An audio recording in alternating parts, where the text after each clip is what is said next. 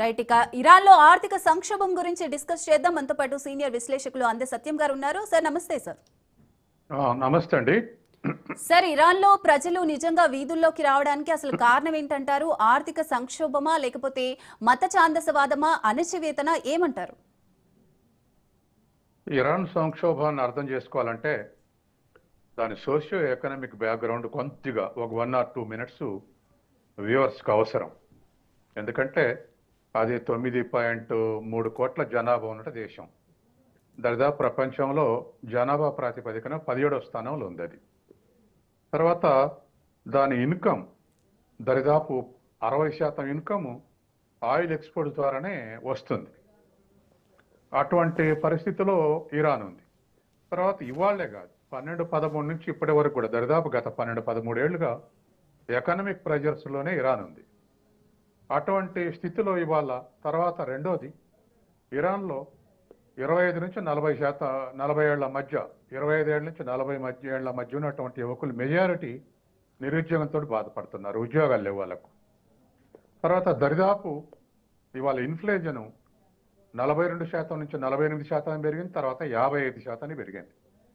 ఎప్పుడైనా మన దేశంలో ఇన్ఫ్లేషన్ అంచనా వేయాలంటే 8% దాటితే విపరీతంగా ధరలు పెరుగుతున్నాయని చెప్పేసి మనం గగ్గోలు పెడతాం, మన మీద ఆ ప్రభావం ఉంటుంది.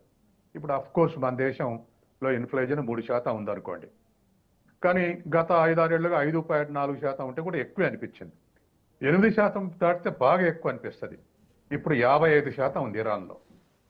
దరిదాపు $1కు 12,50,000 రియల్స్కు పడిపోయింది.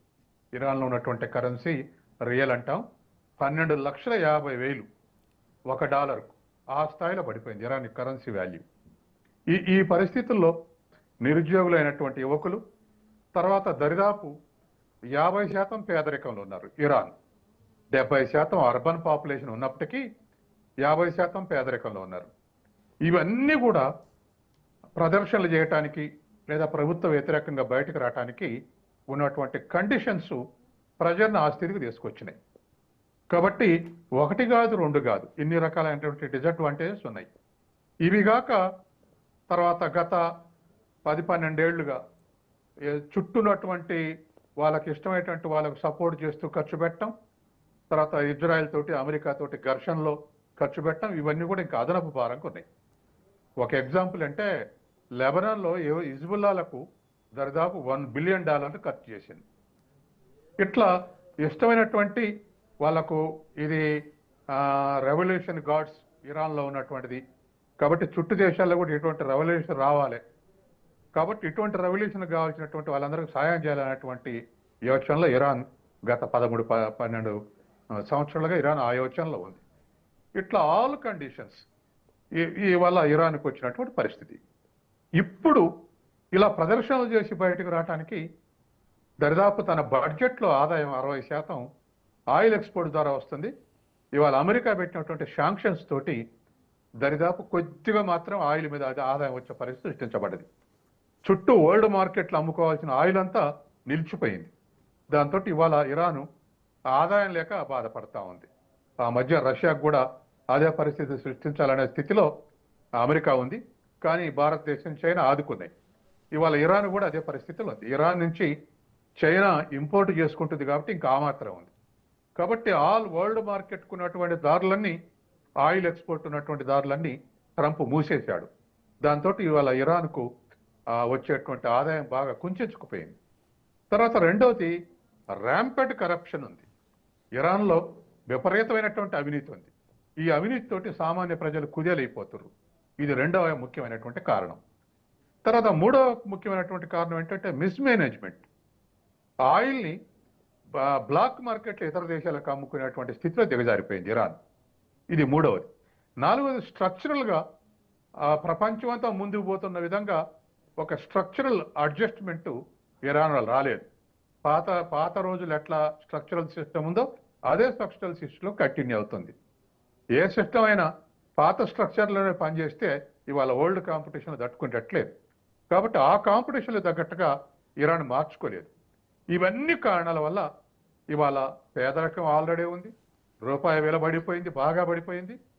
తర్వాత నిరుద్యోగ సమస్య విపరీతంగా ఉంది. ఈ అన్ని కారణాలతోటి వాళ్ళ ఇరాను ఆ దుస్థితికి నెట్టివేయబడింది.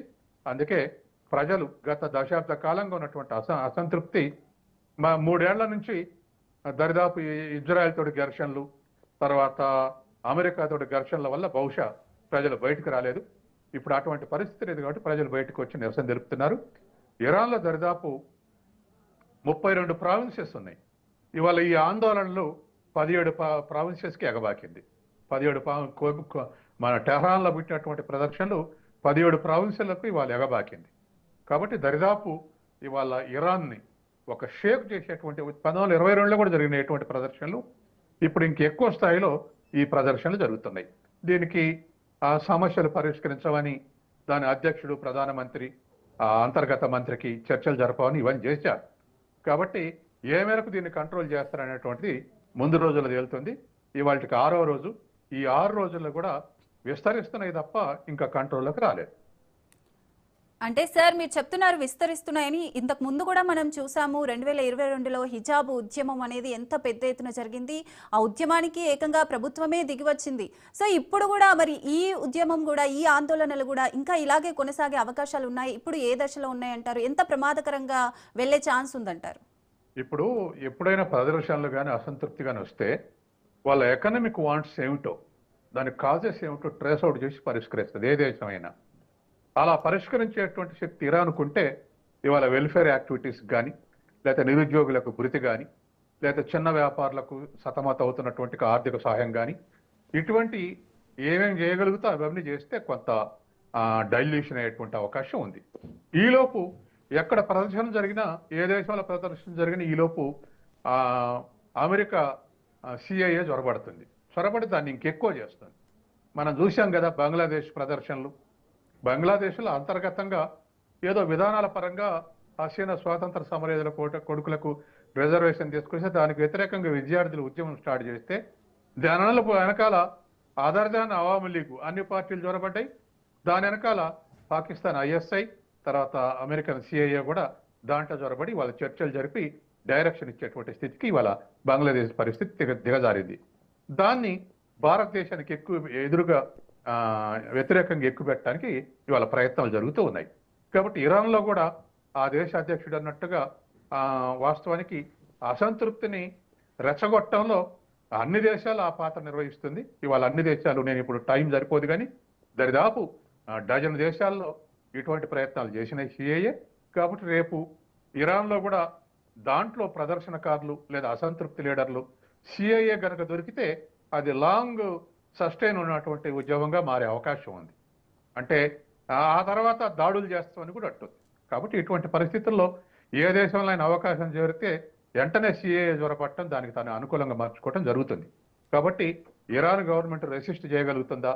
ఇరాన్ పౌరులు మరి ఇజ్రాయెల్ వ్యతిరేకంగా ఉన్నటువంటి పౌరులు, అటువంటి వాళ్ళు అమెరికాకు చేజిక్కుతారా లేదా ఇజ్రాయెల్కు చేజిక్కుతారా అనేటువంటి విషయం ముందు రోజుల్లో కానీ మనకు తెలిసేటువంటి అవకాశం లేదు.